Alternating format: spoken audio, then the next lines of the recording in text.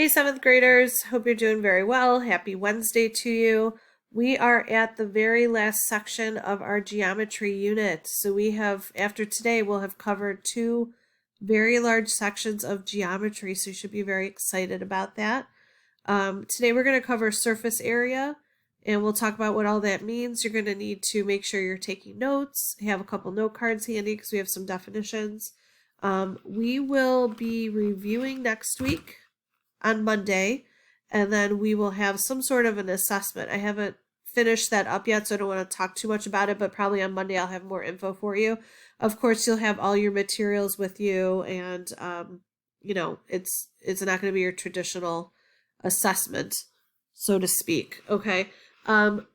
Really great job on 9.5 homework. I did send a couple private messages out to about a handful of you guys that your answers were not correct. So if you could go back and review your work, that would be great. And if you need help, please,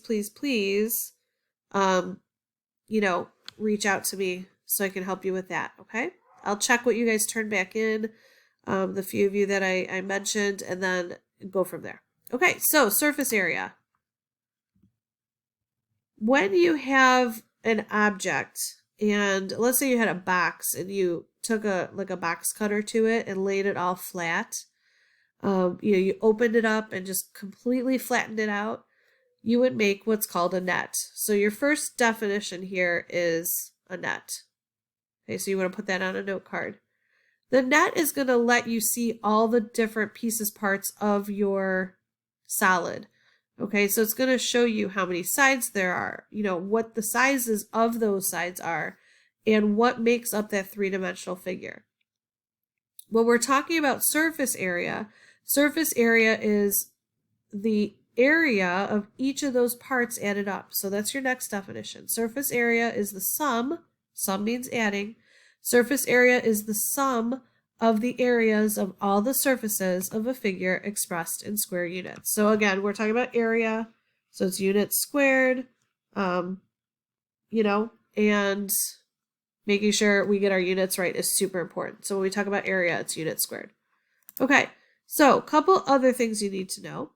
We have something that's called lateral faces. Lateral faces of a prism are parallelograms that connect to the base.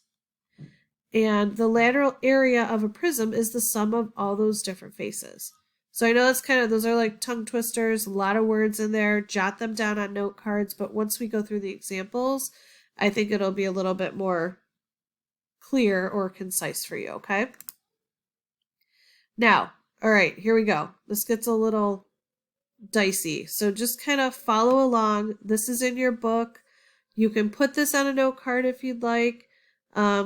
But I always, in years past, I've always let my students use a note card with formulas because these surface area formulas get a little tricky. And it's probably, to be honest, the least thing that you're going to measure in real life. You're going to measure area all the time. You're probably going to measure perimeter, especially if you do any home improvement projects. But surface area, you're probably not going to do all that much. So it's okay to use the internet. It's okay to, not for the answer, but it's okay to find the formula on the internet. It's okay to look in your book. So just kind of use that information.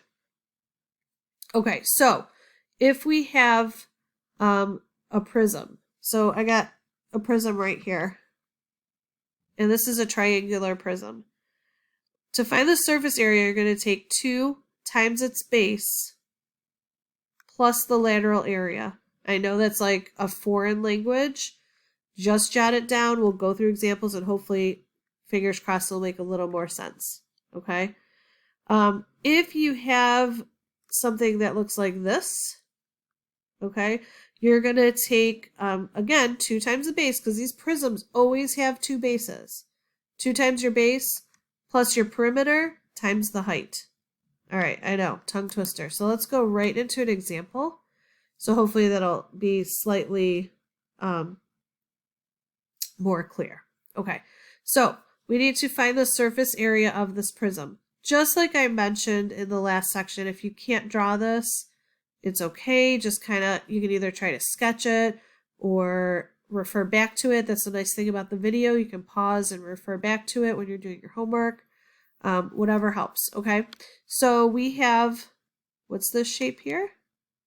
This is a rectangle, and there's two of them. So it's a rectangular base, and there's two, so therefore it's a prism. Okay, that's just a reminder from a couple sections back. So the base, or a rectangle, is 9 by 7. Do you guys see that? 9 by 7. And then this right here, the lateral, is 15 by 9. Okay, so keep that in mind as we do this. So we're going to write our formula down. We have 2 times the base plus perimeter times height. Okay, so here we go. Let's go off to the side here, the perimeter. So to find the perimeter, you add up all the sides together, right? Okay, so we're taking this 7 right here, the 7 here. That's where the 2 times 7 is. And then we're taking 2 times 15. So to find this bottom portion right here, the perimeter of it, you can either add 7 plus 7 plus 15 plus 15, or you can do 2 times 7 times 2 times 15. I'm sorry, plus 2 times 15, which gives you 44. So that's just your perimeter, nothing else. Okay? I know, it's crazy town, but you got to kind of just follow the formula.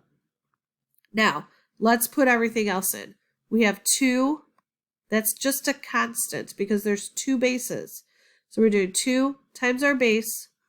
Our base is 7 times 15. Okay, and I'm sorry I told you guys the wrong base at the beginning. So 7 times 15 is your base area. Okay, we found our perimeter to be 44, and then our height right here is 9. Okay, so the H stands for height. Plug that in there.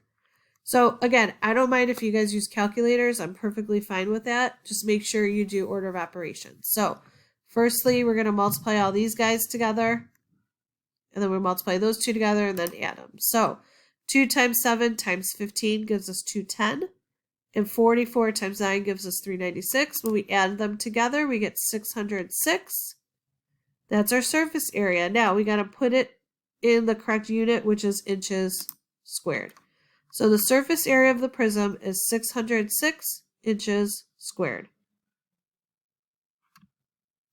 Okay, so again, I know that's like crazy town, but honestly, the best way to do it is just keep doing problems, and it's really just putting numbers into a formula, and then, calculating it out. So the key is to get the numbers in the right spot and then do the calculations. Okay, same thing here. We're going to do, this is another prism. We have a 10 by 8 by 14 prism. We're going to start off with our formula as we always do and figure out our perimeter. So our perimeter is this bottom right here, 8 by 14. So again, 8 plus 8 plus 14 plus 14, or you can do 2 times 8 plus 2 times 14. That gives you 44. That's just a coinky dink. From the previous problem, it's just coincidence, okay? Now we're going to plug in all our other info. So again, to find this base, it's 8 times 14. That's the area of the base right here. There's 2 of them, so we multiply them by 2. Then we take our perimeter that we already calculated and multiply it by the height, which is 10. So you do all that calculation, you get 224 plus 440, which gives us a surface area of 664 inches squared. Okay, make sure you're putting that unit on the end.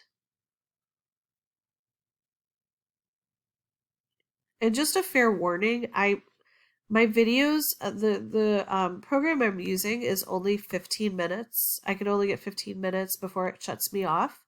So I might have to do 2 videos, and I'm not smart enough YouTuber yet to figure out how to slice them together. So there might be a second video to all this madness, okay? So don't just stop at the first video, because I'm already at 10 minutes. So, all right, now, fun times, here we go. this is all just kind of like an explanation of mumbo jumbo of what's going on here. But now we're moving on to cylinders. Okay, so here's a cylinder. We know a cylinder has a round top and bottom, and then it's kind of covered, there's this whole other part that makes it into a cylinder. When you take that and make it a net, so if I were to cut, let's say, a soup can, if I cut the lid, which would be this, and I cut the bottom out, and then I peel off that label around the can, that label is actually just a rectangle, and it's wrapped around that soup can. So this is what I'm looking at here, okay? So we know how to find the area of a circle. We know how to find the area of a rectangle. So we're in pretty good shape. The one thing that kind of is tricky, this is not your traditional rectangle where we can say length times width. We do say length times width, but the length is actually in terms of pi, because think about it, we've got something that's round, okay? So our length is actually 2 pi r. Again, I know that's like mumbo jumbo, that's kind of crazy. It's a lot of, to talk through. But again, if you use the formulas and you kind of look at the nets, it'll help you kind of determine what's going on. So formula for the surface area of a cylinder, and I would just skip this top one here, guys. This is the generality of it. This is the specific surface area formula for a cylinder. So surface area of a cylinder is 2 pi r squared plus 2 pi rh. Sometimes I think this is a lot easier than the prism, because this is pretty laid out for you. You need the radius, you need the height, you're good to go. Okay, so let's take a look at our first example. We have this beautiful cylinder here. It has a radius of 6 and a height of 8.3. This is such a weird drawing, the way they drew this. It's like a soup can on its side. Okay, so we can use 3.14 for pi and then plug everything else into the formula. So here's my formula once again. 2 pi r squared plus 2 pi rh. I'm going to plug in 6 for my r, and I'm going to plug 8.3 in for my height.